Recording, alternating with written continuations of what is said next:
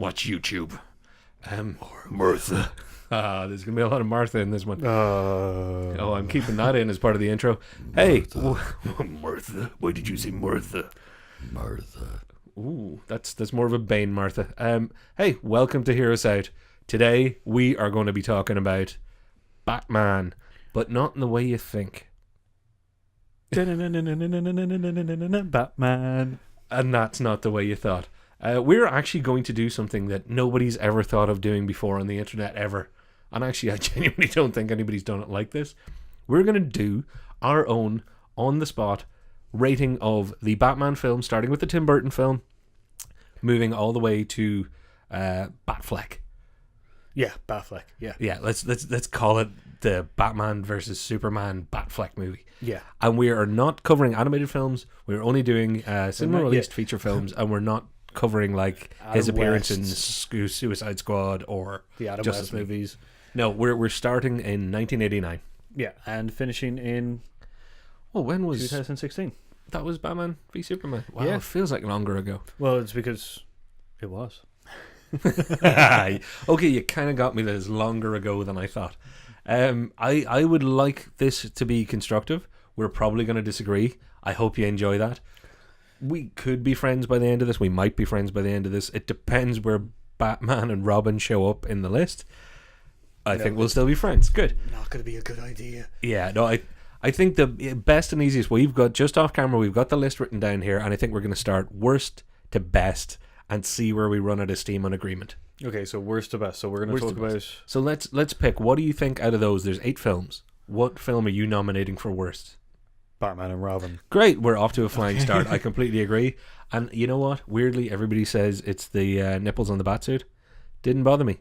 No. A lot of people didn't like Alicia Silverstone Batgirl introduction. Actually didn't bother me. Okay. The rest of the film, there was a lot of stuff that bothered me.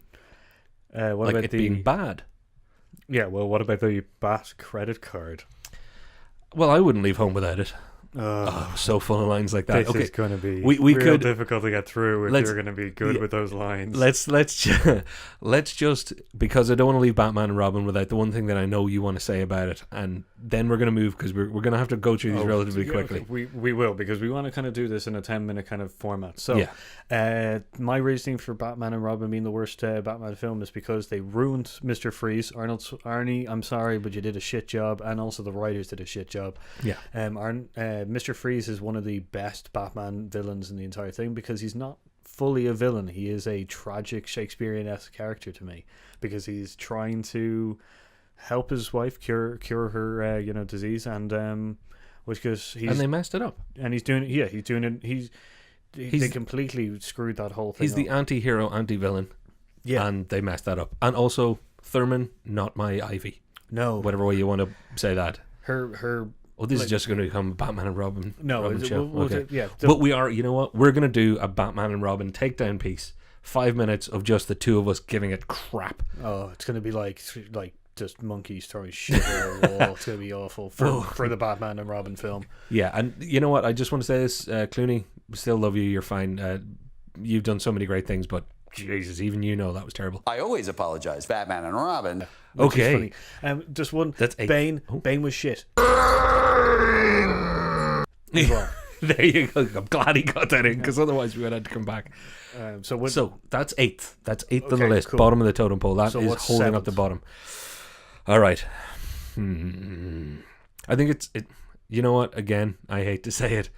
It's kind of going back in order. I like Val Kilmer. So Batman and Forever.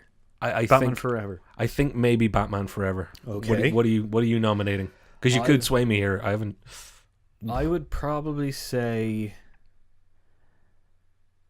Dark Knight Rises. I knew you were going to say Dark Knight Rises, because you see that's next up on my list. Okay, but you know, so what would be next up on your list?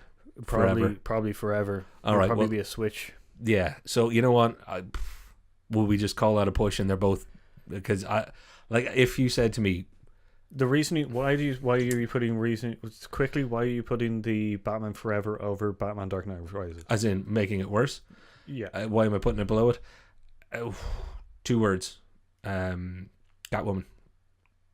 I did not mind. Do you mean Batman Returns? No, I mean Dark Knight Rises with Anne Hathaway. Oh, okay. Good Sorry. God, sorry. I forgot Anne Hathaway's name there for a second. That was that weird look on my face. I wasn't having a silent. Just a bad experience with Anne Hathaway as Catwoman. No, I'm saying that's why I would put it above. Okay, so I think because overall worst of the Nolan films, but still not as bad as Forever. Yeah. Okay. I think Forever was just, it didn't have as much going for it. I think it had a stupid charm to it. I have a stupid charm to it, but you're not going to rate me above Batman Forever. Okay. Are you? So yeah, I like our list has gone dead. You've got Jim Carrey and Tommy Lee Jones as the two main villains. They are just hilarious as villains.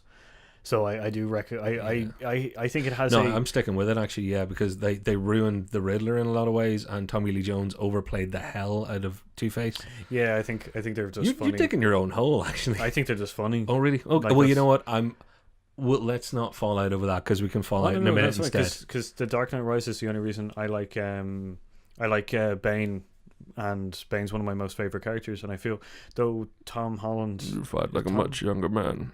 Is that admirable? Tom Hardy. Sorry, Tom Hardy. Yeah. Tom Hardy did a really good Bane thing, but you can definitely feel because of the tragicness of Heath Ledger's passing, that they wanted to have the Joker in those kind of moments. Yeah, but also Tom Hardy's Bane. There's some audio issues there that I can't get over. It was my other problem with Tom Hardy's Bane, not because of Tom Hardy, is the choice of him actually not being as he is quite an intelligent character in the comic books and also in the animated shows. Yeah, and having him essentially as the front man kind of thing where he seems quite intelligent but he's actually playing a role.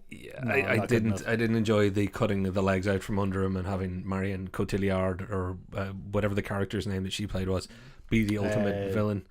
It doesn't matter. It didn't work for me. Okay, now we are not making this a 10-minute video, as it turns out. This is going to be in 2 parts. There will be an edit in a moment because this is good. Okay, so number 5 quickly. Well, we got a while. Well, no, we're okay. So far we are at bottom is Batman and Robin. Then it's either Batman Forever or Dark Knight Rises. So you've got Dark Knight, Superman, Batman versus Superman. My God, Batman versus Superman. Actually, what the hell am I talking about? Batman. Now is Batman versus Superman's time. Now. I liked That's in the 5th one. Yeah, I liked Ben Affleck and I liked Batman. Yeah, but we're rating the films here. Yeah, well, or are we rating the portrayal? No, we're rating the films. It's a little bit difficult here because it's not a full Batman film because it does have a Superman in it. Yeah, which is the worst part of the film. But I'm rating it as number 5.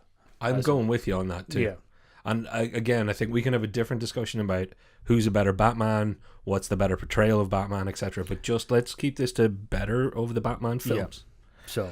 It sits there nicely. I don't think we need to explain why we think that. It's a natural spot for it right in the middle there. Yeah. I think, Ben Affleck is a great Batman, great Bruce Wayne kind of character, because he played the kind of more gruff version of Batman really well. So, it's really good, but because of... He was a convincing Batman. Yeah. Because of certain things, though, it's staying in the middle. So, number 4... I'll let you go first this time. Okay, so I would say, this is going to be a tough one. Shouldn't be. I've got it picked. I'm going to go for Batman Begins. You better be saying Batman Returns as your next choice after that then. Okay. Because I'm going to say Batman Returns. Love Michael Keaton, but Batman Begins... Again, Christian Bale, not the best of the Batman. No. The Batman. But as a film, it just... So Batman Returns as a film or Batman... I'm saying Batman Begins is the better film out of Batman Returns and Batman Begins. Like, if you put them head to head, you... No, I get what you're saying. I think though, for me, Batman Returns has a certain charm with Danny DeVito and Michelle Pfeiffer in it, and also Chris Walken. Yeah, like it has a certain charm for me. And the thing is that Tim Burton did play that well. Like I understand you're kind of like, oh, it kind of went off the rails a little bit from the first Batman that Tim Burton Yes. did, but yeah, it has, to me, it has a certain charm to it. So I'm gonna put it in. Well, what are you putting it in after it? Are you putting in Batman Returns? So it's Batman Begins, then Batman Returns. Yes. Right? So again, we're within of each other. Whoever got given the choice last time will give the other one the choice this time. When we write the list and stick it on screen, you'll see afterwards where we've traded horses on this. Yeah. Okay. So your next one. So it is number 2. No, it's number 3, 2, 1. So there's 3 left to choose. There's Batman. I'm actually going to say it in order because we've used up all of the lesser films. What is left is Batman, the original 1989 motion picture with Jack Nicholson as Joker. Oh no, maybe there's only 2 left. Have we used it? Yeah, we have used up everything else. We've got Batman and Dark Knight Rises. The 2 best films. Yeah. We knew we were going to get to this point. So the second one. So I should have been more prepared to try and choose between these films. Yeah. I can do it. I can do it though. I adore Batman, the motion picture. Okay. Dark Knight Rises is a better film. I feel weird saying it. Do you find it interesting though that we've both come to the same point where Batman and Batman, which goes the Dark Knight, is Joker films? You know, I hadn't realized that. So that's an interesting one. We both believe that the villain, the best, like, so we've somehow subconsciously chosen essentially the Joker films. Joker films. Like as the 2 best films. And not just the Joker films, but the films of all the ones that we've listed where the actors playing the villain are much more famous than the film itself, almost, in both cases. Jack Nicholson at the time was the big deal. Jack Nicholson as a Joker, as the Joker, was a massive deal at the time. It's Jack Nicholson. Yeah. And then Heath Ledger, obviously, with the amazing performance and his untimely death, that has since become more famous than The Dark Knight Rises. Yeah. So that's extra strange. But still, just thinking of them as Batman films, they're better than anything else on the list. Yeah, no, I definitely agree. Just the aesthetic and charm of the Batman film is such a new, fresh version of it, because you're coming from like the comic books and everything, and also not pretty close, but like the only thing before then was like Adam West kind of characters and stuff. So this is a lot more kind of dark kind of version of Gotham. And yeah, but they're also coincidentally both films that had I should have put it, they had as much Bruce Wayne as they did Batman and the villain. That is true. They're the ones that kind of had villain, had Batman, and don't forget that we had Aaron Eckhart as Harvey Dent, eventually Two-Face at the very end. Yeah. But the balance in those films versus the other films is it's noteworthy. It's impeccable, especially when you consider the Batman and Robins of this world, stuffed with characters and Bat credit cards. Was it Batman and Robin and Batman Returns, both kind of stuff with villains and characters and stuff that kind of it diluted the whole absolutely storylines and stuff like that, because you were trying to chase around. Also, best Batmobiles, the 2 that we're choosing. Oh, sorry, I believe that was mine. That's the Bat phone, BatSignal. This would be a great time for a BatSignal. We're gonna have a BatSignal up here the entire time now, I've decided. Okay. Pick that one up and post. Do you know what you can do? You can do it yourself, is what you're saying to me if you're editing this video. No, what you can do is the bat symbols. Yeah. They all change throughout the entire thing. You can put up the different ones as we talk about them. Bat symbols. There we go, guys. Yeah. That'll be really showing our nerd. Yeah, Put it away, your nerd is showing. So yeah, I'm gonna put Dark Knight as number 1, and it's not for the whole fact that Heath Ledger's performance as the Joker is incredible, which it is. It just is. It's the fact is that it's the, for me anyway, the Dark Knight. It's not the overall story between Batman and the Joker. It's the fact is that it's the fight for the soul of Gotham. Yeah. That it's such a great kind of, it's bringing Gotham into the movie really, really well. It's just gorgeous. It looks great. It sounds great. The Dark Knight and the White Knight, the Harvey Dent, the Joker, Agent of Chaos. It's perfect. Everything parallels nicely in that film and doesn't feel hammed and thrown in your face of, oh, see what we did there. There is no kind of nod and wink. Even when one of my favorite lines of all time should be cheesy but isn't. It's like, Gordon says, "We never thanked you." And in that moment, like, you'll never have to. Yeah. That is just Batman. It's brilliant. There's this crazy, brilliant detective, vigilante, whichever way you see your Batman, that's him, though. You'll never have to thank me. I do this for whatever driven need the person who's read about me or is watching me. Because we all transpose ourselves onto Batman. Yeah, yeah. But that's universal. And I just thought, yes. I think I stood up in the cinema when that happened. I'm sorry if you were just behind me. Like, yeah, I think it is a great portrayal of the character for the fact is that he isn't in any way asking for thanks. It's not a whole selfish thing. He is only hunting for the fact that he's trying to save Gotham's soul against the Joker and his own.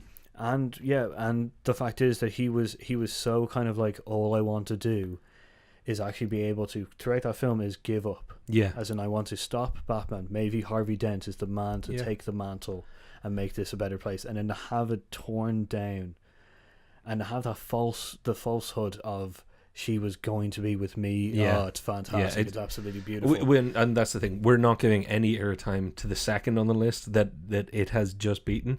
But is there any higher praise to say that we both had to think about? At least I know I did for a second of which am I going to choose between those. That is the biggest compliment I can give to 1989's Batman motion picture.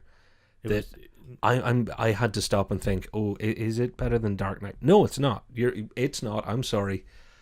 But my God, it's still fantastic too. It's a beautiful film. Yeah. Every set, every prop, like the first Batmobile time, is gothic architecture in car form. Yeah, it's absolutely fabulous. Beautiful, and like having that whole aesthetic and stuff like that. Having the ending part of where you get to see the Batwing as well. Yeah, they bring in the Batwing. The whole it's kind of like great. The whole their Alfred was brilliant. Like that's Michael Gouge, isn't it? Yeah, that's the one who's been throughout most of them. Which goes it's a great Batman. Tim Burton did a very good job with the whole kind of like aesthetic look, feel, everything about Batman and about Gotham. Yeah, and I dislike Tim Burton intensely, by the way. But hey, fair dues. I love that. Don't like you. Excuse me. And then having the Jack Nicholson Joker as a crazy, like, Jack Nicholson is already kind of mental as it is. Yeah. Like having him play essentially another character like that, The idea of a flamboyant crazy person, it's like Jack Nicholson's life typecast him at the time into it.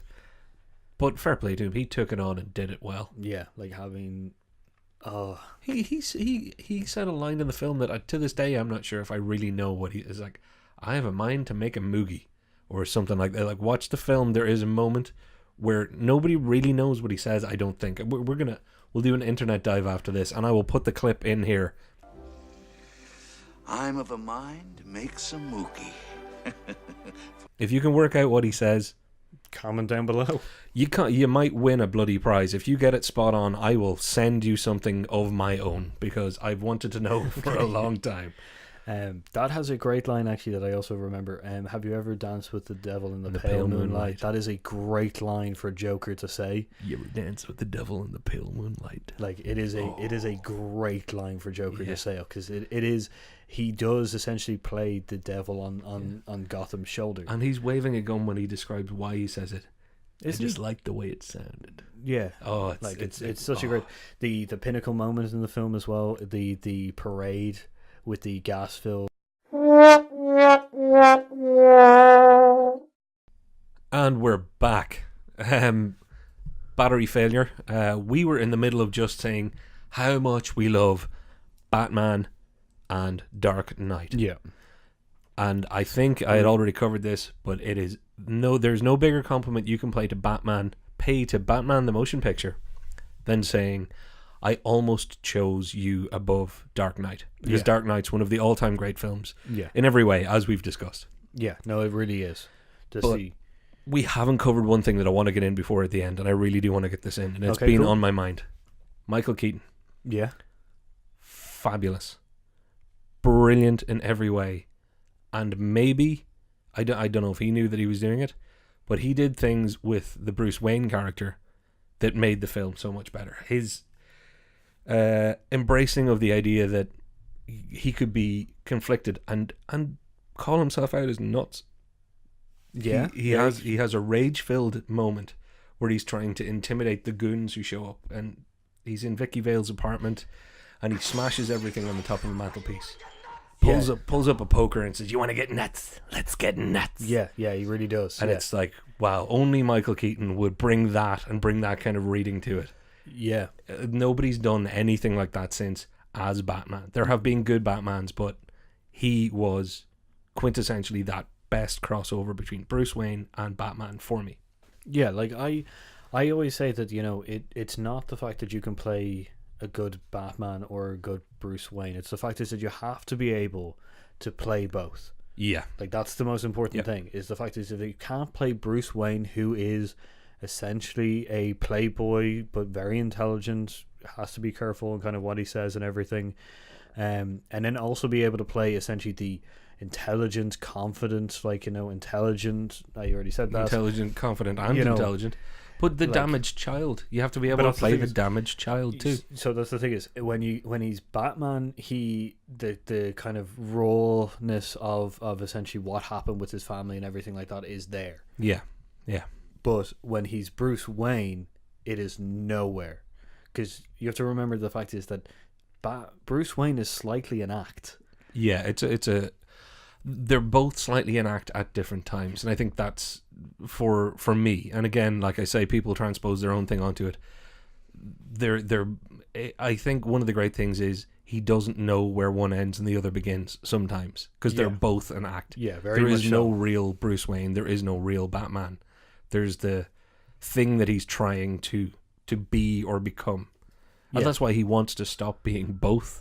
Yeah, especially in that, it comes across very much in both films as well. Wow, we really have brought the Joker, and also the fact is that in those two movies you have essentially the possibility of Batman getting out of his. Wow, okay, we really somehow did well. Well, we're skipping over one thing that they also share in common, which is possibly their only downside in how they treat the love interest as a way to move the story on and do what they need to do.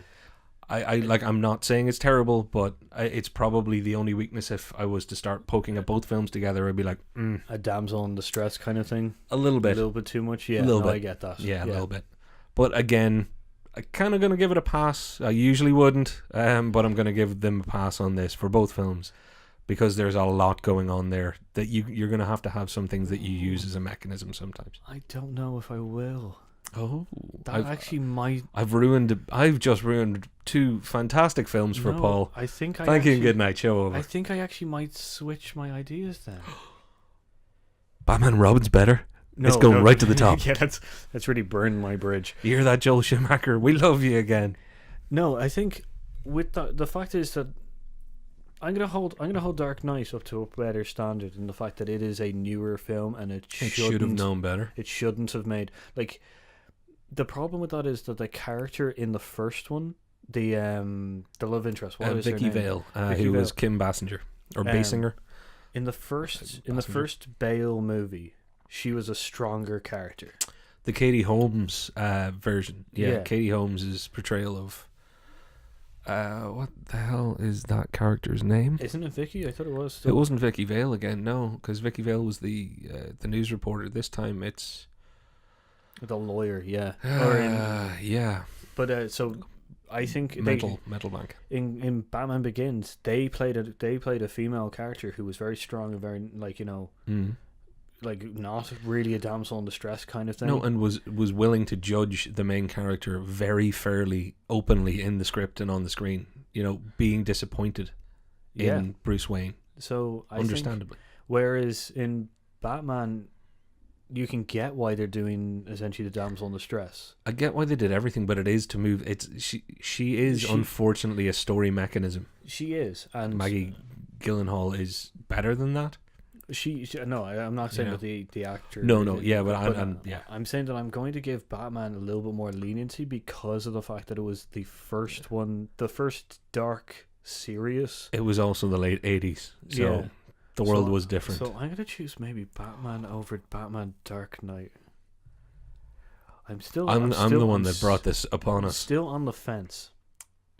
Like I'm still on the fence, but I think I even with that said, no, a Dark Knight better movie overall. Just so it's so perfect in so many other ways. And see, that's the problem, is because you've got Gary Oldman's Gordon and like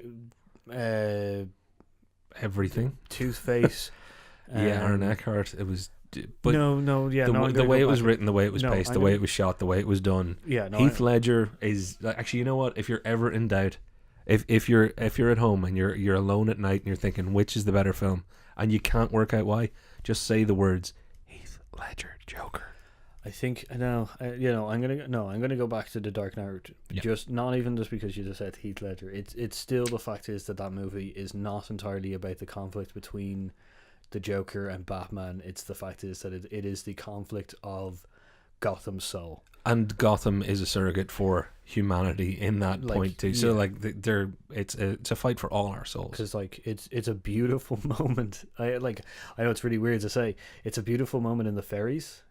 I knew you were thinking of that. And it's the prisoners just give me that, I'll do what you were meant to do 10 minutes ago, and then he throws it out the window. It's so, and it's the so hair on good. the back of your neck is going up right now, isn't it?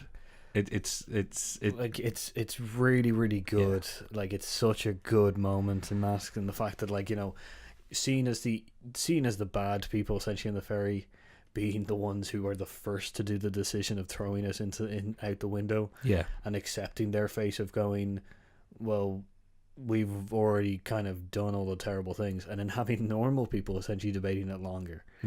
But it's still well, not just normal. The scene is the right side of society, the stand-up citizens, and it's a nice mirror to hold up to society, going, really, you're the stand-up citizens? Because the bankers, the lawyers, it's not even that. It's as in it's more there's the fact some if you're subtle sitting, digs in there too. I think sitting there going, well, the reason that we should kill the other ones is because they've already had their chance. It's but people deserve a second chance in some ways. And then there's moral levels so in that many, so many layers and layers. It is just great, and still actually weirdly second best Batmobile.